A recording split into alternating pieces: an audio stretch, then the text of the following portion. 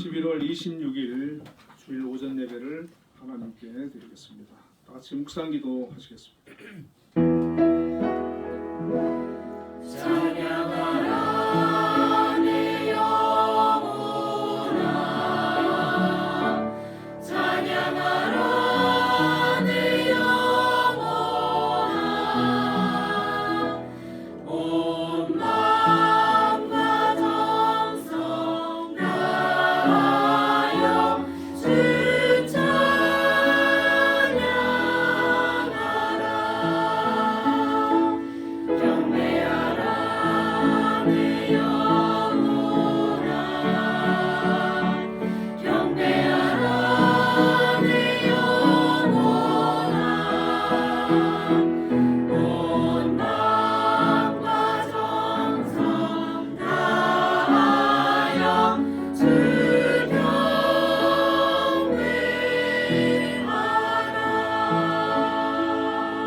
경배하라. 내 영혼아 여호와를 송축하라. 여호와 나의 하나님이여, 주는 심히 위대하시며 존귀와 권위로 옷 입으셨나이다. 아멘. 은혜와 사랑이 풍성하신 하나님 아버지, 오늘도 하나님 앞에 나왔습니다. 예배로 영광 돌리오니 이곳에 함께하여 주시고 저희들 예배를 기뻐 받아 주옵소서. 예수님 이름으로 기도드립니다. 아멘. 모두 자리에 일어나셔서 교회 찬송 경배합니다.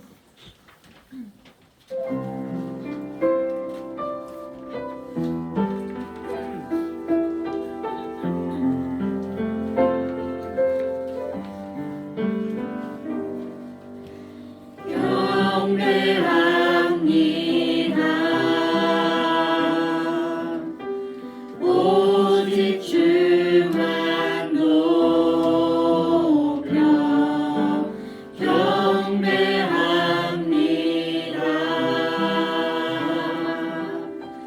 나의 삶을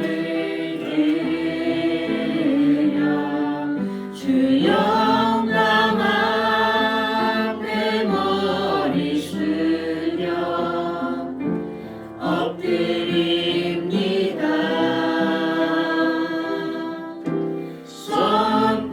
선포해 존귀하신 주, 난 오직 한 분 주님을 보내 나의 손 들고 주께 사랑해요 아버지. 주님 필요해요.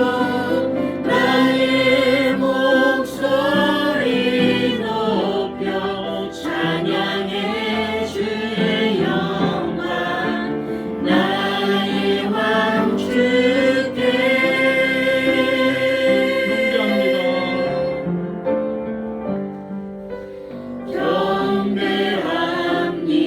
경배합니다. 오직 주만 높여 경배합니다. 나의 삶을 드려 주 영광 앞에 머리 숙여 엎드립니다. 선포해 존귀하신 주, 난 오직 한 분 주님을 보내 나의 손 들고 주께 사랑해요 아버지. 주님 필요해요. 나의 목소리 높여 찬양해 주의 영광, 나의 왕 주께.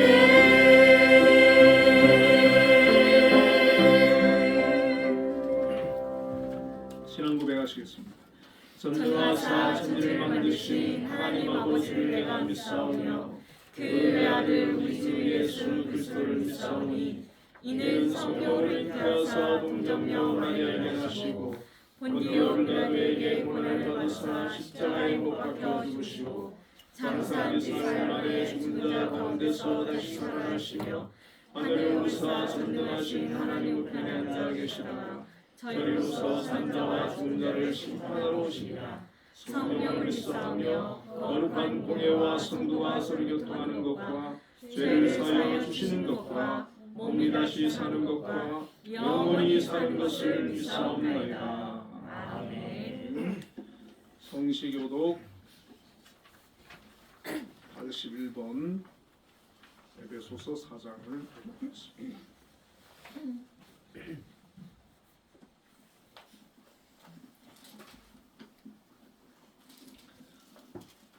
그러므로 주 안에서 갇힌 내가 너희를 권하노니 너희가 주님을 받은 일에 화답하게 하여 모든 겸손과 온유로 하고 오래 참음으로 사랑 가운데서 서로 용납하고 평화에 매는 줄로 성령이 하나되게 하는 것을 힘써 지키라.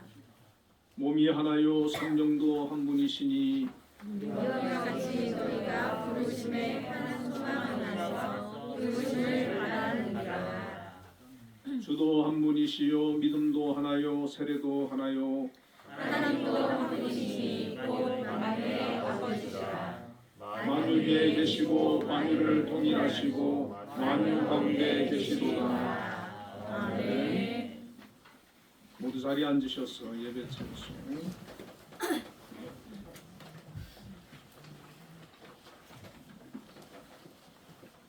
208장을 부르겠습니다.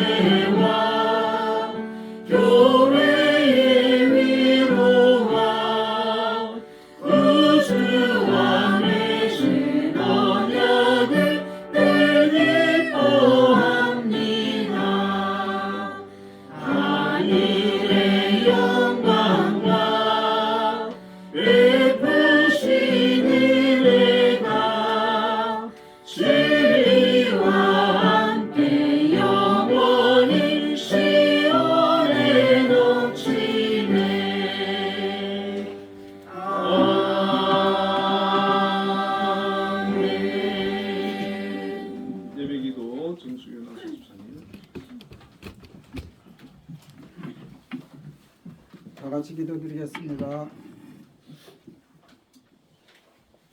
죄에서 죽을 수밖에 없는 저희들을 하나님의 큰 은혜로 죄에서부터 자유케 하시고 영생케 하는 천국의 자녀로 삼아주신 하나님의 은혜에 감사를 드립니다.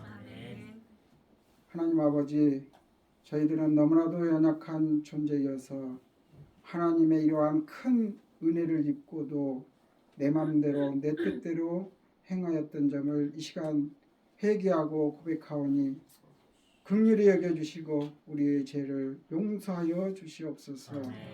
하나님 아버지, 지난 한 주간을 되돌아봅니다. 우리 하나님께서 일거수일투족 지켜주셔서 이 험한 세상을 잘 지내게 하시고 하나님께 영광 돌리고자 이렇게 우리 한빛교회 성도님들이 함께 모여 찬송을 하고 기도를 하고 말씀을 듣는 귀한 은혜의 시간을 갖게 됨을 진심으로 감사드립니다. 하나님 아버지, 무엇보다 우리 대한민국을 사랑하여 주시고 대한민국 국민으로 살아갈 수 있음을 또한 감사를 드립니다. 6.25 전쟁으로 폐허가 되었던 대한민국이 세계 아버지 하나님 선진국으로 도약할 수 있는 여러 가지 은혜를 베풀어 주셔서 감사합니다. 그 과정에서 여러 가지 아픔들도 있고 힘든 일도 있었지만 하나님께서 크게 축복하여 주셔서 오늘의 부와 여러 가지 자유를 누리게 됨을 감사드립니다. 그럼에도 불구하고 이전의 삶을 망각해버리고 이전에 여러 가지 행해졌던 것을 잊어버리고 감사하지 못하고 또한 사회를 원망하고 사람을 미워하고 또 타 아버지 이념적 계층을 미워하는 등 너무나도 우리나라가 혼란 중에 있습니다.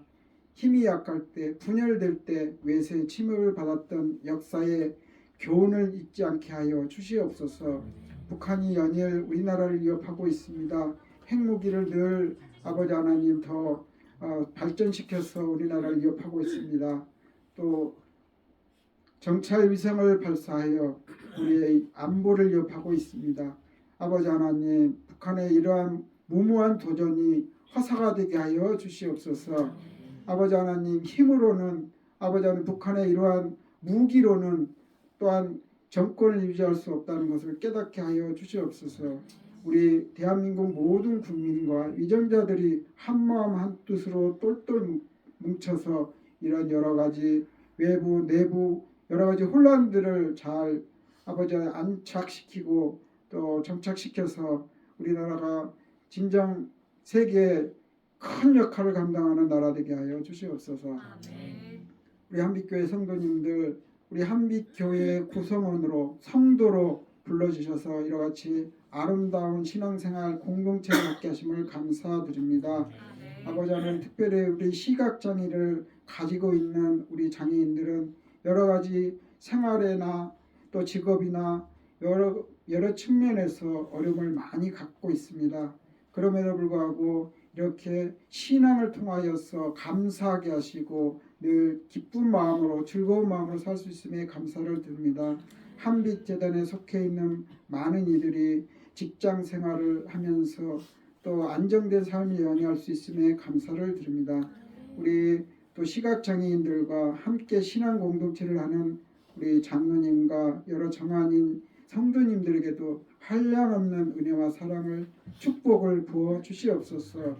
아버지 하나님, 함께 나누고 위로하고 또 격려하면서 이러같이 아름다운 교회를 구성하고 있습니다. 하나님, 앞으로도 더욱더 우리 교회의 사명을 잘 감당하게 하여 주시옵소서. 하나님을 영화롭게 하고 성도 간의 교제와 합하게 하여 주시옵소서. 오늘 말씀을 전하시는 목사님, 은혜로운 교회라는 말씀의 제목으로 선포하실 때에 진정 우리 교회가 목사님이 선포한 그 은혜로운 교회가 되게 하여 주시옵소서. 각자 맡은 바 역할을 감당하여서 진정 아버지 하나님, 겉으로 보기에는 나약할지 몰라도 하나님 보기에는 큰 교회임을 고백하게 하여 주시옵소서. 우리 목사님 머나먼 길을 다닐 때에도 건강하게 하여 주시고 아무 사고 없이 아버지 또 대구라 또 우리 한빛교회로 오실 때에 부족함이 없게 하여 주시옵소서. 또 여러 곳에서 수고하고 계시는 김하영 전도사님에게도 큰 은혜를 부어주시고 아버지 힘들지 않도록 도와주시옵소서. 오늘도 기도의 제목으로 와서 예배드리는 모든 우리 성도님들 기도 제목에 응답의 시간이 되기를 원하옵고, 특별히 한빛재단에 속해 있는 여러 구성원들 기관에 속해서 사명을 잘 감당케 하여 주시옵소서. 무엇보다 우리 재단을 이끄시는 김양수 장로님 영육간에 강건케 하시고 오늘의 여러 가지 큰 업적을 이루게 됨을 감사드립니다. 모세, 요셉 또 다윗에게 여러 가지 시련이 있었지만 오히려 그 화가 복이 되었던 것을 봅니다. 우리 장로님에게도 많은 어려움이 있다 할지라도 더 크게 쓰임받는 귀한 또 지도자가 되게 하여 주시옵소서. 아버지 하나님 언제나 감사드렸고 예수 그리스도 이름으로 기도드리옵나이다. 아멘. 너의 필요와 간구 모두 아시는 하나님 들어주신다. 너의 기도를 늘 함께하여 주신다.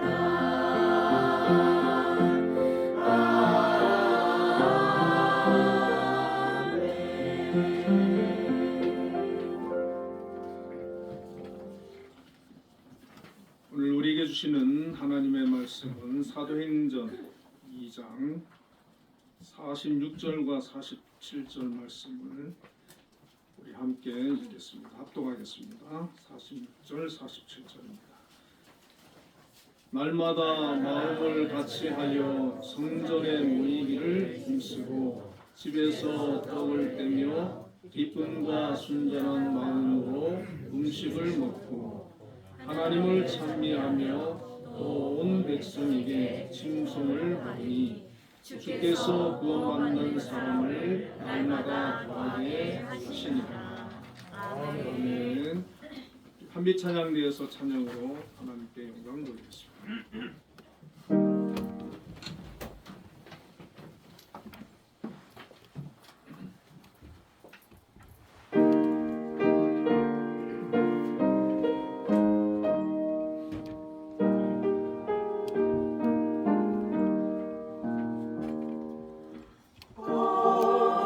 거룩하게 하소서. 진리의 주님이여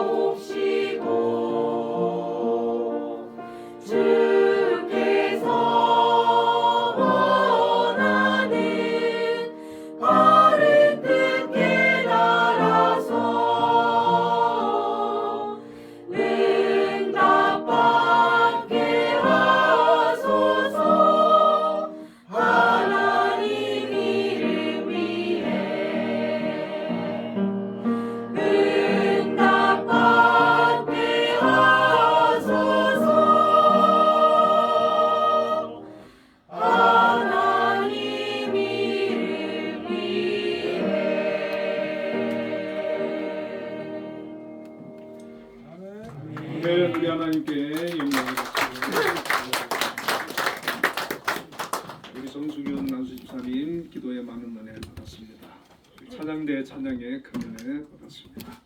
우리 반가운 얼굴이 있습니다. 우리 신동승 목사님. 미국 잘 다녀오셨습니까? 네, 반갑습니다.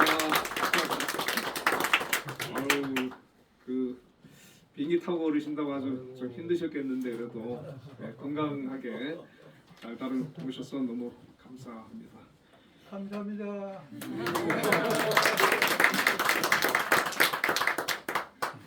우리 옆에 분들하고 인사 한번 나누겠습니다. 은혜로운 교회를 만들어 갑시다. 은혜로운 교회를 만들어 갑시다.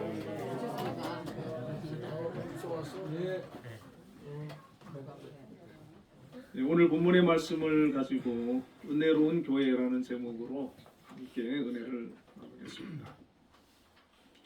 스위스의 그 신학자 칼 바르트가 교회는 하나님께서 세우신 공동체이며 하나님의 말씀을 믿고 순종하는 죄인의 공동체이다 라고 말을 했습니다.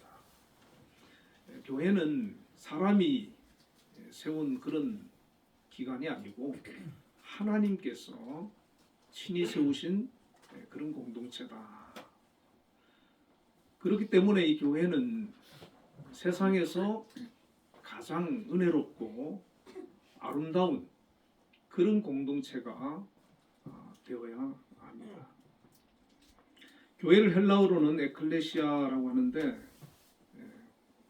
밖으로 불러 모으다 그런 뜻으로 죄악에서 사는 성도들을 불러 모아서 예수 그리스도를 구주로 고백하는 그런 모임을 가지고 교회다라고 하는 것입니다. 그러니까 건물을 가리켜서 교회라고 하는 게 아니고 예수님을 구주로 믿고 고백하는 그런 모임, 공동체. 더 좁혀서 말하면 우리 개개인도 교회가 될 수가 있는 것이죠. 성경에 보면 교회에 대한 그 최초의 언급으로 마태복음 16장 16절에 베드로가 주는 그리스도시요 살아계신 하나님의 아들이시나이다.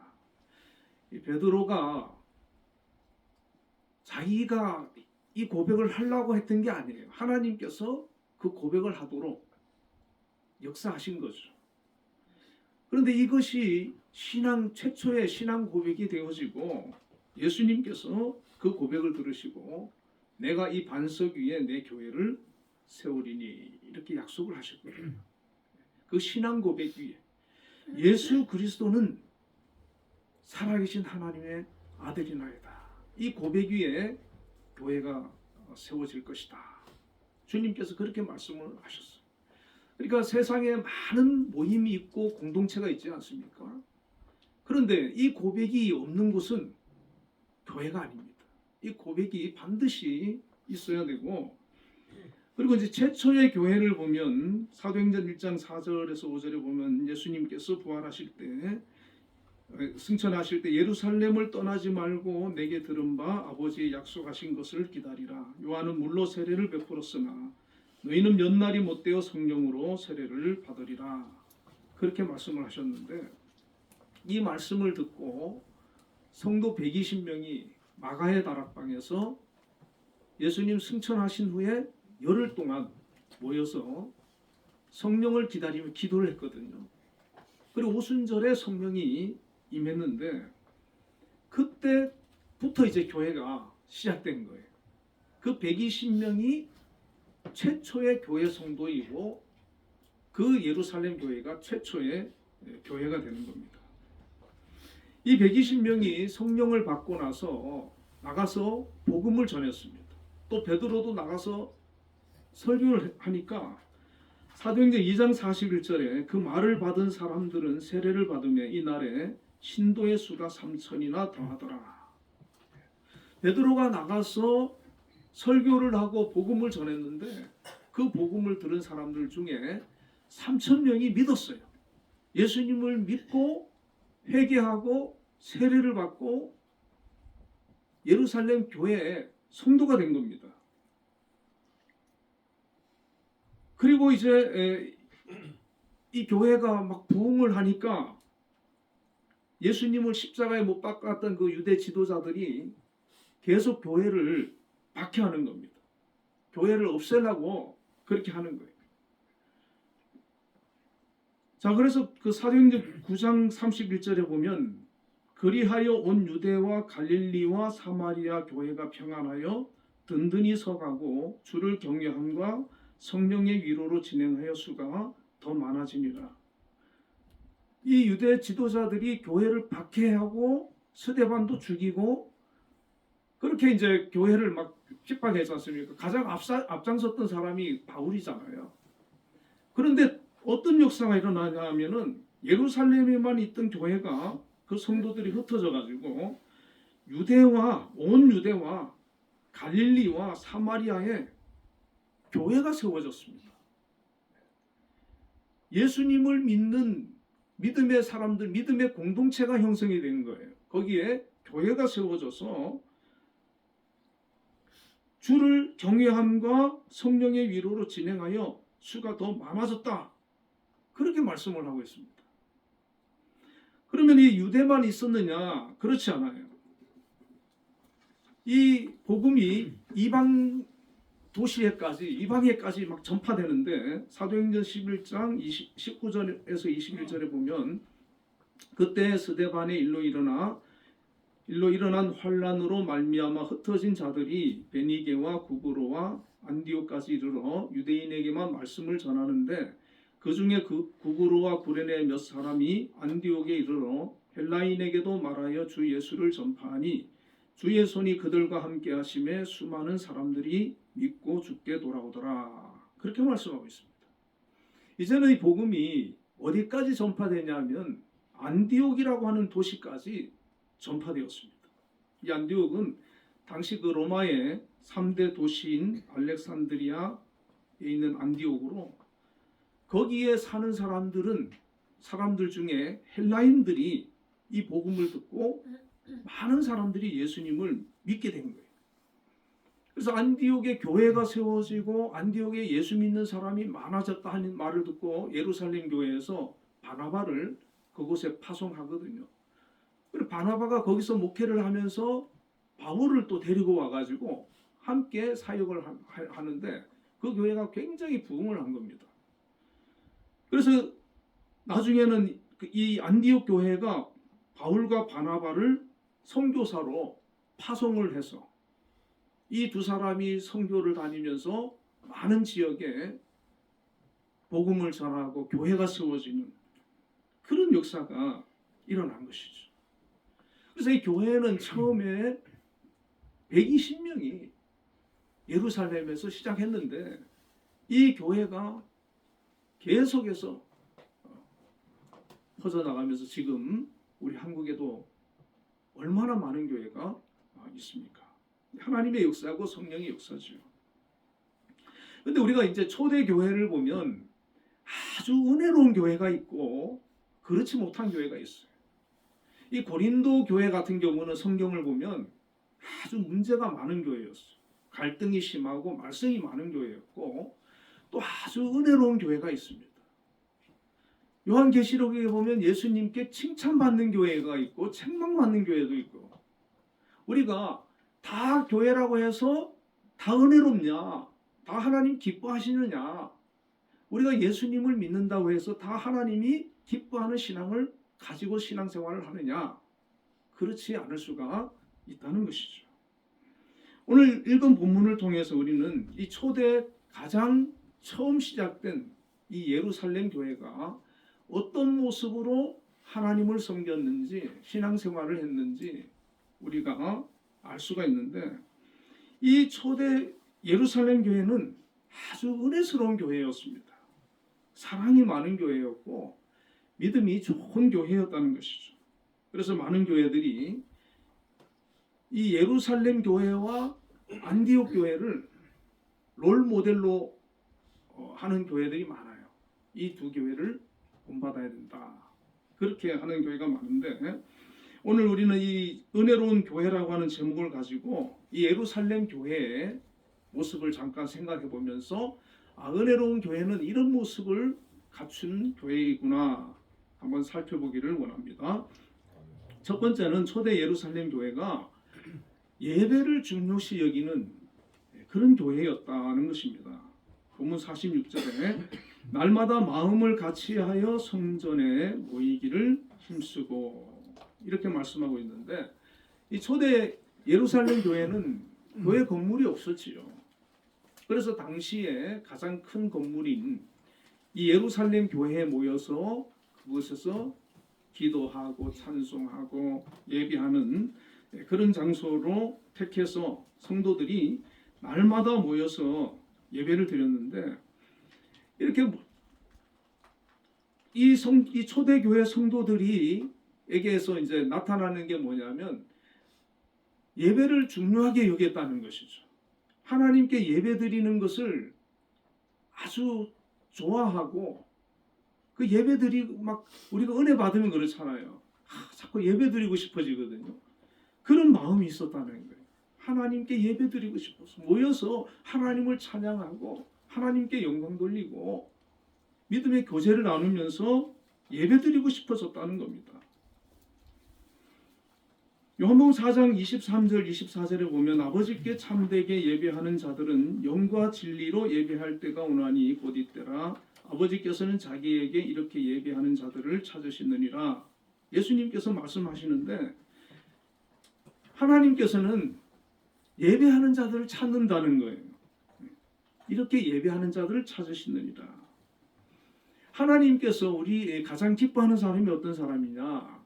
하나님께 예배하는 자라는 겁니다. 예배 드리는 것을 즐거워하고 예배를 귀중히 여기고 예배 드리는 것을 우선하는 사람, 그런 사람을 하나님이 기뻐하시는 건데, 우리 성도들이 하나님을 섬기는 가장 중요한 방법이 바로 예배라는 것이죠.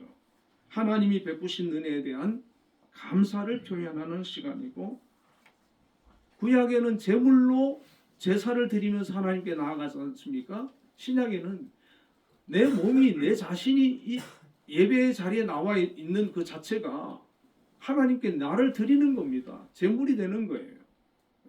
그래서 하나님께 나를 드리고 나를 통하여 하나님 예배를 받으시고 영광을 받으시고 또 하나님의 은혜에 대해서 감사하는 그런 마음을 가지고 나아가서 예배를 드리는 거거든요.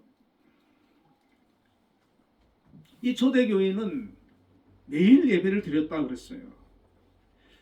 그 예루살렘 그 교회 성전에서 모여서도 예배를 드렸지만, 뭐 안디옥 교회라든지 뭐 다른 에베소 교회 이런 교회들이 처음에는 어떤 지금처럼 우리처럼 뭐 건물을 가지고 신앙생활을 한 게 아니고, 좀 부잣집 잘 사는 사람들이 있으면 그 집에 모여서 예배를 드리는 거예요. 거기가 교회가 되는 거예요. 거기서 이제 모여서 예배를 드리는데, 초대교회는 성도들이 이렇게 이제 모이잖아요. 한 몇십 명 이렇게 모이면 신분이 다 다르잖아요. 로마 시민권자도 있고 뭐 귀족도 있고 보면 뭐 심지어 안디옥 교회 같은 경우는 헤롯의 젖동생 마나임 같은 그런 왕족도 있고, 그리고 천민도 있는 거예요. 종도 있고 노예도 있는 거예요. 평민도 있고. 그런데 그 초대 교회는 어떤 식으로 예배를 드렸냐면, 처음에 다 모이면 이렇게 사람들이 모이면 애찬을 했대요. 떡을 떼고 또 포도주를 마시면서 성찬을 하면서 같이 준비한 음식을 먹고 나누면서, 그런데 이제 제일 상석에 누가 앉느냐? 제일 신분이 낮은 사람을 제일 상석에 앉으라고 했대요. 세상에서는 가장 신분이 낮으니까, 노예나 종이니까 맨날 주인한테 학대를 당하고 뭐 시키는 일을 해야 되고 굳은 일 해야 되고 얼마나 지치고 힘듭니까?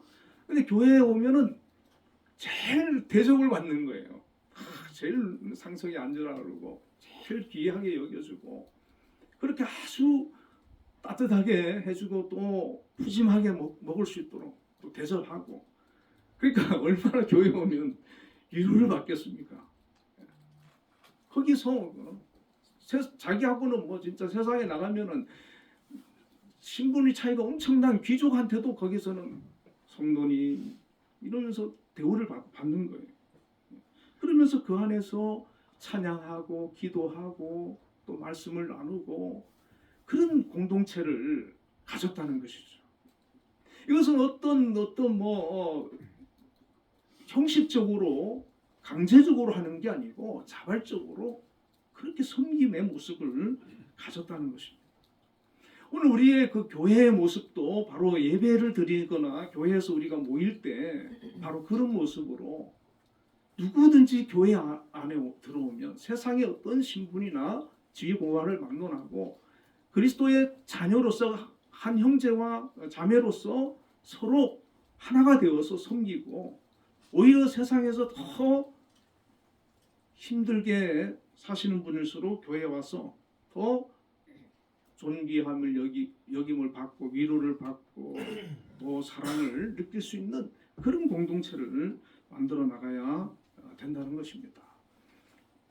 그렇게 이제 예배를 드리고 이제 공예배를 드리고 그들은 이제 그렇게 했는데 오늘 우리는 주일날 이제 공적인 예배가 있지만은 우리가 개인적으로 매일 가정에서 하나님을 찬송할 수 있지 않습니까? 하나님께 기도할 수 있지 않습니까? 하나님께 하나님의 말씀을 읽을 수 있잖아요. 그게 매일 드리는 예배가 되는 거예요. 가정 식구들과 함께 드리는 예배, 아니면 또 내가 개인적으로 하나님께 드리는 예배. 어쨌든 간에 공예배는 공적으로 모이는 예배니까 이것은 우리가 가장 우선해야 되는 것이고 개인적으로도 그 시간을 내어서 하나님 앞에 예배하는 그런 모습들이 우리의 모습이 되어져야 될 줄로 믿습니다. 성경에 보면 예배에 성공자가 있고 실패자가 있다고 말씀을 해주고 있습니다. 창세기 4장 4절에서 5절에 보니까 아벨은 자기도 양의 첫 새끼와 그 기름으로 드렸더니 여호와께서 아벨과 그의 제물은 받으셨으나 가인과 그의 제물은 받지 아니하신지라 그렇게 말씀합니다. 아벨은 예배의 제사의 성공자였어요. 하나님께서 그 예배를 받으셨어요. 근데 가인은 실패자였어요. 하나님이 안 받으셨다는 거예요. 참된 예배가 있고 하나님이 받지 않는 예배가 있을 수 있다는 것이죠. 참된 예배는 우리가 하나님의 은혜를 기억하고 하나님께 감사하고 하나님을 사랑하는 마음을 가지고 나아가는 예배입니다. 억지로 드리는 예배가 아니고 내가 하나님의 은혜를 기억해서 나를 구원해 주셨기 때문에 나를 자녀 삼아 주셨기 때문에 내가 하나님 앞에 예배로 나아가리라. 예배자로 내가 살리라. 예배를 통해서 내가 하나님께 영광 돌리고 하나님을 기쁘시게 하리라. 그런 마음이 선행되어야 한다는 것이죠. 그래서 우리가 그런 마음을 가지고 예배의 자리에 나온다면 하나님께서는 그 예배를 기뻐 받으시는 겁니다. 그것이 내가 집에서 드리는 예배가 되든 교회에서 공적인 예배로 드려지든 그런 마음으로 드려지는 예배, 그 예배를 우리가 힘써 행해야 되는데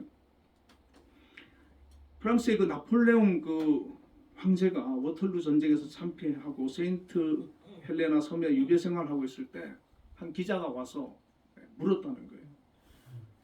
황제 당신이 인생을 살면서 가장 행복했을 때가 언제였습니까? 그렇게 물으니까 이 나폴레옹이 자기가 쫄병이었을 때 전투가 그 치열했을 때 어느 주일날 교회에 가서 하나님 앞에 예배를 드린 때가 있었다. 그때 너무 눈물 흘리면서 예배를 드렸는데 자기가 지금 돌아보니까 그때 그 시간이 가장 행복했다라는 거죠. 하나님께 정말 그 치열한 전투에서 그 살아남고 말이죠. 그런 가운데서 자기를 그 지켜주신 은혜에 감사하며 예배드리는, 그런데 이 사람이 막 승승장구를 하는 거예요. 막 세상적으로 막 나중에 황제까지 되고 너무 바쁜 거예요. 막. 그리고 유럽을 정복하기 위해서 나폴레옹 전쟁을 일으키는 거예요. 그러니까 신앙을 떠났어요. 하나님을 떠났어요. 믿음을 떠났어요. 그 나중에 워털루 전쟁에서 참패해가지고 유배가 된 거예요. 그 유배가 돼가지고 이 뭐 나폴레옹이 뭐 독사를 당했다는 말도 있고 뭐 병으로 인해 죽었다는 말도 있고 한데 예배가 무너지니까 하나님을 떠나고 그 인생이 결국에 종말이 비참하게 끝나더라는 것이죠. 우리가 예배가 무너지고 하나님을 떠나게 되는 그 인생, 천국에 가는 그 결과는 어디입니까? 지옥 아닙니까? 예배가 무너지면 하나님과의 관계도 끊어지고 그 인생도 불행해진다는 것입니다. 그러므로 우리는 예배의 삶을 살아야 되고 예배를 우리가 지켜야 되고 소중히 여겨야 되고 붙들어야 되는 그 초대교회 성도들은 예배 드리면 잘못하면 뭐 목이 달아나는 그런 경우도 많았거든요. 잡혀가서 뭐 화형도 당하고 짐승의 밥이 되기도 하고 그래도 예배의 삶을 사는 거예요. 그게 두려워가지고 예배를 중단해버리면 신앙이 무너지는 거니까 원래 숨어서라도 예배를 드리는 거예요. 그러다가 잡혀가도 그래서 죽는다 할지라도 그 예배를 지키는 거예요.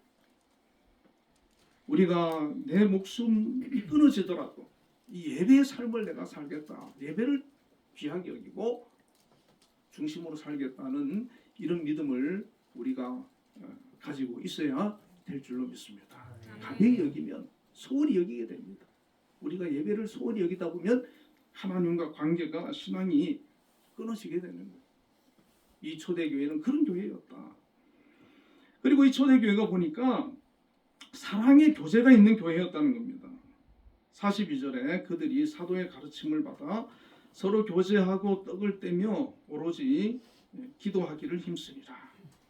이 초대교회 성도들이 사도의 가르침, 사도가 전해주는 복음, 하나님의 말씀 이런 거를 잘 받아들였다는 것이죠.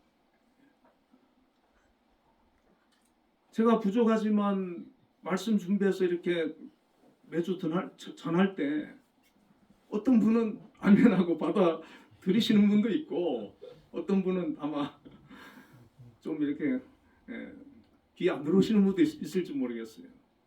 사실 뭐 저도 많이 부족합니다. 이 유튜브 보면 훌륭한 목사님들 설교가 얼마나 많습니까? 저도 유튜브 통해서 설교 다른 목사님들 통해서 제가 은혜를 많이 받거든요. 저 목사로 해서 뭐 설교 다른 분 설교 안 듣고 그게 아니고 저 많이 듣고 은혜 받습니다. 어쨌든 간에 이렇게 하나님의 말씀을 아멘으로 부족하지만 받아들이고 이 초대교회 성도들이 그랬다는 거예요. 예수님의 제자들이 뭐 세상적으로 사실 뭐 내세울 거 하나도 없잖아요. 학문이 있는 것도 아니고 그래도 하나님이 세우셨으니까 아멘 하고 받아들인 거예요. 그리고 이제 그들이 모여서 함께 또 기도 열심히 했다는 거죠. 기도 열심히. 제가 볼 때 우리 교회가 기도가 좀 부족한 것 같은데 기도를 하여튼 뭐 제가 이제 서울 올라오게 되면 좀 기도 모임도 일주일에 한 번 정도는 뭐 수요일이 됐든 가져야 되지 않을까. 기도하는 교회를 좀 만들어야 될 것 같고 이렇게 해서 이제 이들이 이제 막 은혜를 받는 거예요. 하나님께 예배 말씀 듣고 기도하고 은혜 받으니까 여러분 은혜 받으면 어떤 변화가 역사가 일어납니까? 사람이 변하는 겁니다. 그 모임 공동체가 바뀌는 거예요. 가치관이 바뀌고 생각이 바뀌고 달라지는 거예요. 내가 예수 믿고 오래 신앙생활하고 교회 다녔는데 전혀 바뀌지 않았다. 옛날하고 똑같다. 옛날보다 더 나빠졌다. 이거는 좀 문제가 있는 거죠. 우리가 바뀌어야 되는데 이 초대교회는 어떻게 바뀌었느냐. 44절과 45절에 믿는 사람이 다 함께 있어 모든 물건을 서로 통용하고 또 재산과 소유를 팔아 각 사람에게 필요를 따라 나눠주며 46절에 집에서 떡을 떼며 기쁨과 순전한 마음으로 음식을 먹고 그랬어요. 이 초대교회 성도들이 사실 부자가 별로 없었어요. 이 당시는 아주 가난한 시대였습니다. 절대 빈곤의 시대였어요. 두 벌 옷을 가지고 있는 사람도 잘 없었어요. 심지어 그 겉옷은 저녁에는 밤에는 이불이었어요. 그만큼 가난한 그들이었기 때문에 이 초대교회 성도들이 좀 뭐 여유가 있든지 아니면 또 서로 이렇게 좀 헌금을 했다든지 뭐 어떤 사람은 자기 재산이나 소유도 팔고 그래가지고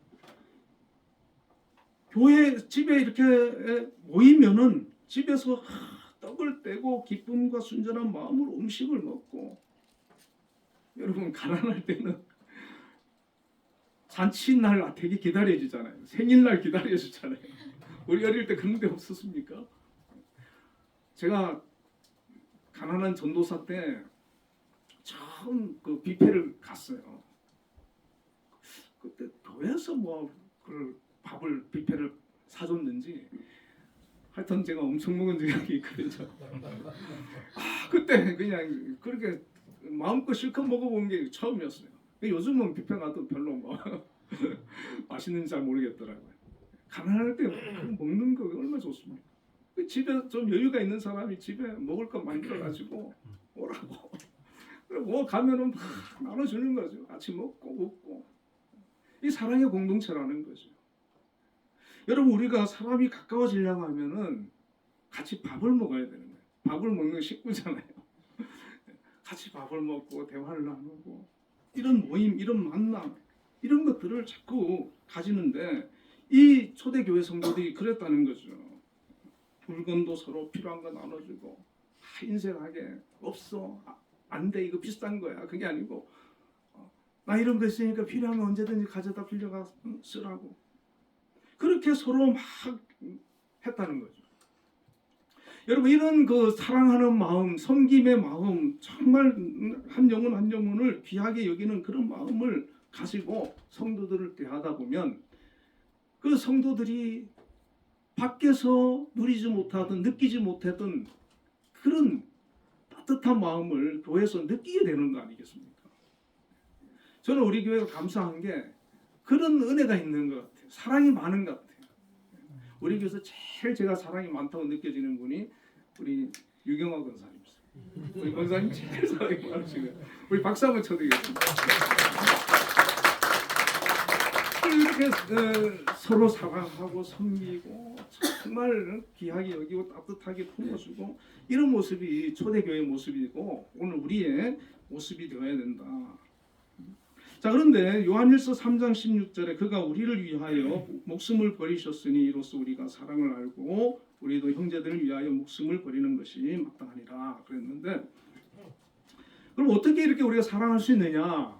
내가 주님으로부터 그 사랑을 받았기 때문에, 그 은혜를 받았기 때문에 먼저 내가 사랑을 내가 받은 것을 내가 알아야 되잖아요.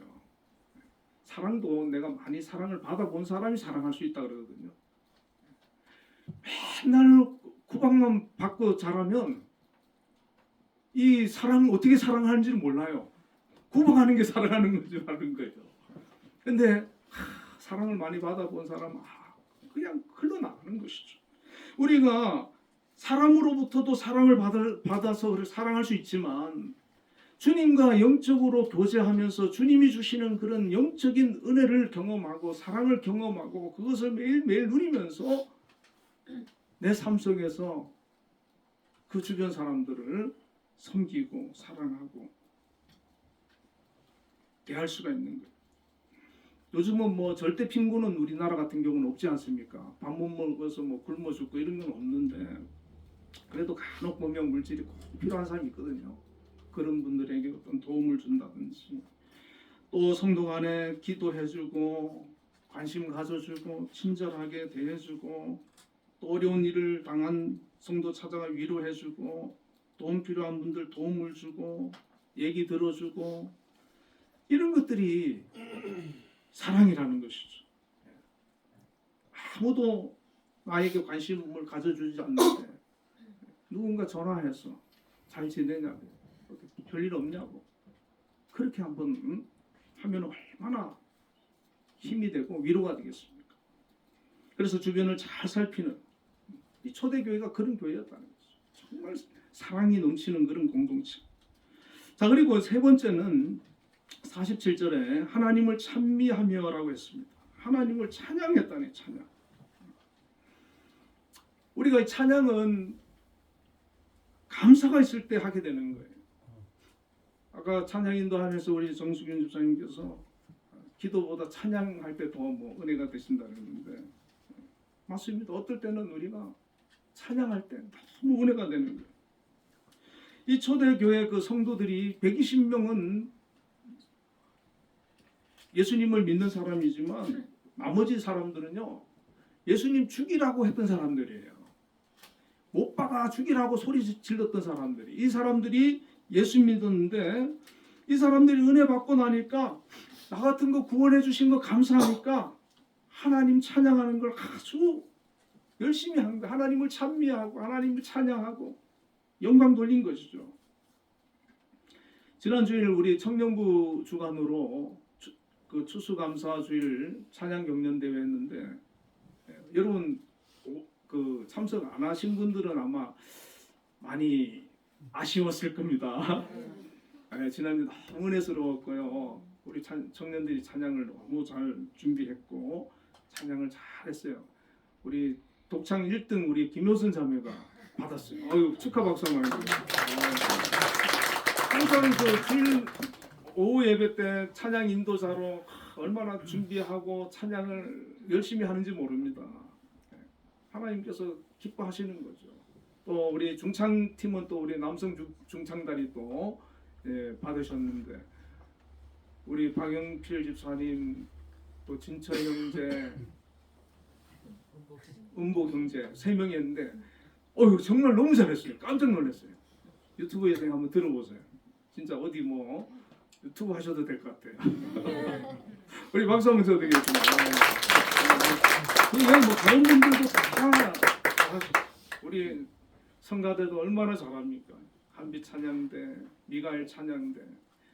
우리 또 찬양대를 위해서 우리 김하연 집사님이 반주도 하지만 연습도 시키고 너무 애를 많이 쓰시는데 우리 박수 한번 쳐드립니다. 뭐 정말 감사할 분들이 너무 많아요. 그래서 우리가 이렇게 교회에서도 찬양으로 영광 돌리지만 우리가 개인적으로도 이렇게 유튜브 같은 거 틀어놓고 하나님을 찬양하고 너무 감사한 거죠.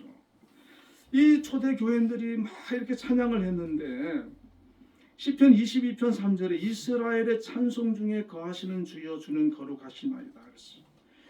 하나님은 찬송 중에 거하신다 그랬어요. 찬송 중에. 이사야 43장 21절에 이 백성은 내가 나를 위하여 지었나니 나의 찬송을 부르게 하려 함이라. 하나님은 이 백성들이 나를 찬송하게 하기 위해서 하나님께서 지으셨고 불렀다. 그렇게 말씀하십니다. 여러분 찬양 많이 할 수 있는 교회가 되고 우리 성도님들 되시기를 주님의 이름으로 축원을 드립니다. 이렇게 예배 잘 하나님 예배 잘 드리고 또 모여서 서로 교제하고 사랑을 나누고 하나님을 찬양하니까 은혜가 충만하지요. 마음에 기쁨이 있지요. 그러니까 백성들이 47절에 보니까 온 백성이 칭송을 받으니 우리 예수 믿는 사람은 우리 삶 속에서 믿지 않는 사람들에게 부러움의 대상이 되고 칭찬받는 사람이 되어야 되는 겁니다. 그래서 너는 어떻게 그럼 늘 기쁘냐? 예수 믿으니까 행복하지. 예수 믿으니까 즐겁지. 예수 믿으니까 좋지. 사람들이 예수 믿는 게 그렇게 좋아. 그런 마음을 가질 수 있도록 하는 것이죠. 47절에 주께서 구원받는 사람을 날마다 더하게 하십니다.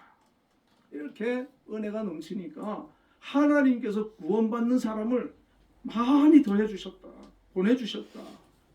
은혜 가운데 부흥이 됐다. 그렇게 말씀을 하고 있습니다. 우리 한빛교회도 이 초대 예루살렘 교회와 같은 그런 교회가 되어지고 은혜로운 교회가 되어져서 우리가 신앙생활하는데 정말 하나님 주시는 그런 기쁨이 충만하고 또 우리 삶 속에서 하나님께서 함께 하시는 그런 놀라운 은혜를 경험하는 저와 여러분이 다 되시기를 주님의 이름으로 축원을 드립니다.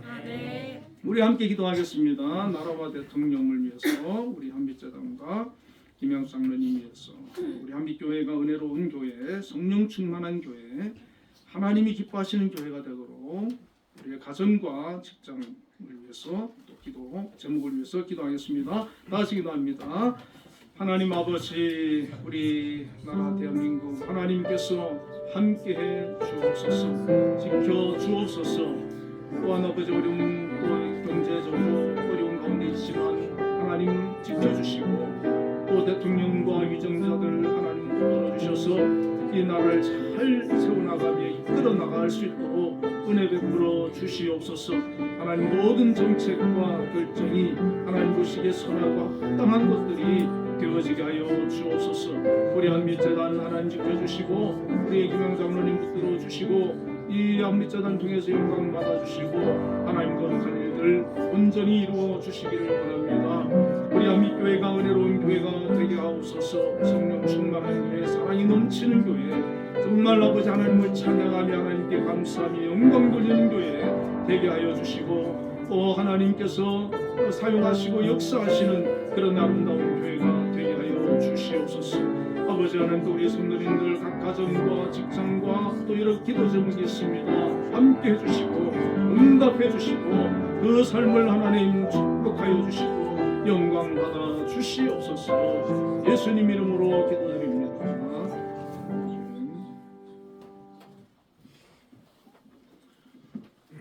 예배 찬송 210장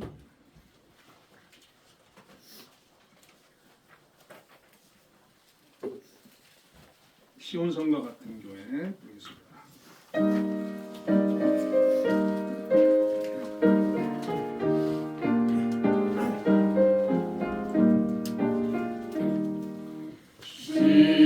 시온성과 같은 교회 그의 영광은 없다.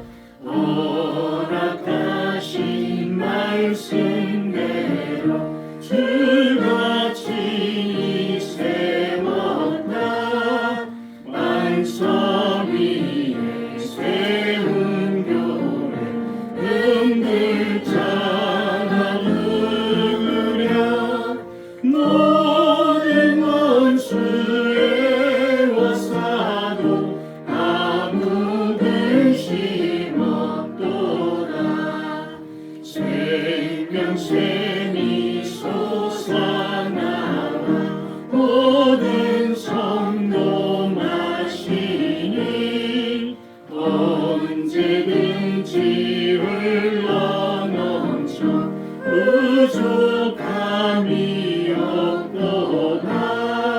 이런 물이 흘러가니 목마를 자 누구랴. 주의 은혜 풍족하여 넘치고도 넘친다. 주의 은혜 내가 받아 시온 백성 되는 때 세상 사람 비방해도 주를 찬송하리라. 세상 헛된 모든 영광 아침 안개 같으나 주의 자녀 받을 모든 영원 무궁하도다.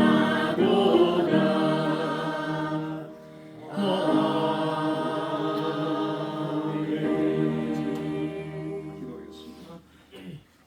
은혜와 사랑이 풍성하신 하나님 아버지 감사합니다.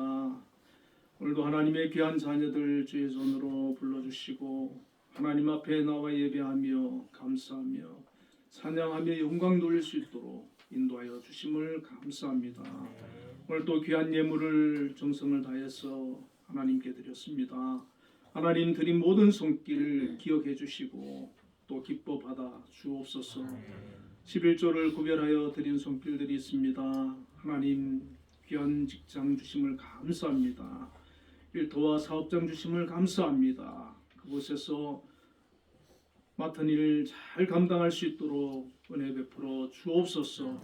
인정받는 그런 귀한 믿음의 사람들 다 되게 하여 주시고 꼭 필요한 인재로 하나님 쓰임 받을 수 있도록 역사하여 주옵소서. 또 사업장도 축복해 주시고 날로 번창한 은혜를 허락하여 주옵소서. 아버지 하나님, 또한 아버지 우리 한빛재단 이곳에 세워주시고 오늘까지 함께 해주시며 은혜 베풀어 주시고 복을 주심을 감사합니다. 이 한빛재단 앞으로도 하나님 더 큰 비전을 가지고 나아갈 때 역사해 주시고 영광 받아 주시고 하나님 뜻을 이루어 주시옵소서. 우리 한빛재단 이끌어가시는 우리 김양수 장로님 영육간의 강건함으로 지켜주시고 또 하나님 늘 기도하며 계획하는 그 모든 것에 은혜 베풀어 주셔서 좋은 결과 있게 하여 주시고 우리 한빛재단이 더 성장하고 발전해 나가는데 크게 하나님 쓰임 받을 수 있도록 역사하여 주시옵소서. 각 기관에서 또 기관장님으로 또 직원과 교직원으로 이렇게 근무하시는 분들이 있습니다. 하나님 맡은 일 잘 감당하게 해주시고 각 기관도 성장 발전할 수 있도록 은혜 베풀어 주시며 어려운 일 만나지 않도록 하나님 늘 지켜 보호하여 주옵소서. 아버지 하나님 또 감사의 힘을 드렸습니다. 하나님 기뻐 받아주시고 드린 모든 손길 마음에 항상 주님 주시는 은혜가 충만하고 감사가 풍성할 수 있도록 역사하여 주옵소서. 특별히 우리 성도님들 각 가정에 은혜 베풀어 주시고 사랑하는 자녀들 축복해 주시고 아버지 평안을 주시고 화목하고 행복하게 하여 주옵소서. 기도하는 기도들 들어주시고 응답하여 주옵소서. 또 우리 한빛교회 또한 하나님 통해서 영광 받아주시고 많은 영혼들 하나님 앞에 나와 구원받는 역사도 있게 하여 주시옵소서. 하나님 주저 헌금 드렸습니다. 한 주간도 지켜주시고 동행하여 주옵소서. 영광 받아 주옵소서. 예수님 이름으로 기도드립니다. 아멘.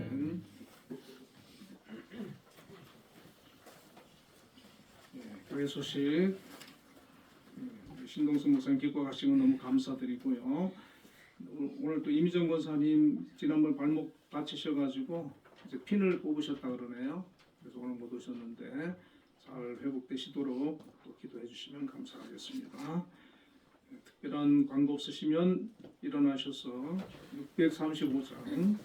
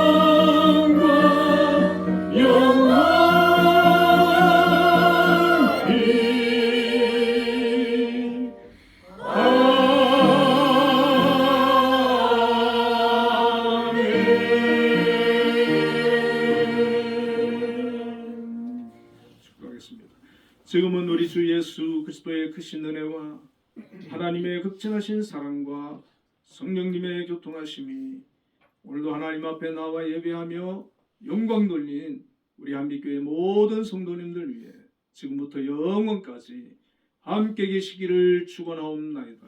아멘.